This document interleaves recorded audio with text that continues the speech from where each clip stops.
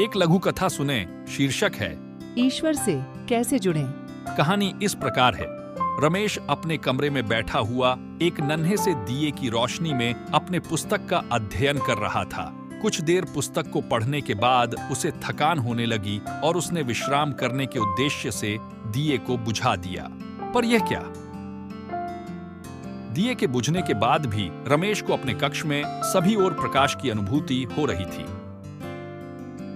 उसने ध्यान से देखा तो पाया कि खुली खिड़की से चांद की किरणें उसके पूरे कमरे में हर तरफ अपना प्रकाश फैला रही थी।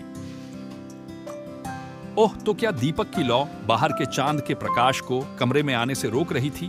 अब रमेश को समझ आ गया था कि जो व्यक्ति अहंकार रूपी दीपक की रोशनी में स्वयं को ज्ञानी मानकर गलत फहमी का शिकार रहता है, वह वास्तव में ईश्वर के ज्ञान के प्रकाश से कोसों दूर रहता है।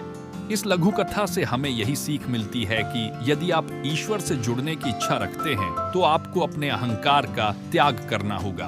आप सभी को बहुत बहुत धन्यवाद। Thank you all very much. प्रस्तुतकर्ता में स्वयं डॉक्टर विभाष चंद्र झा।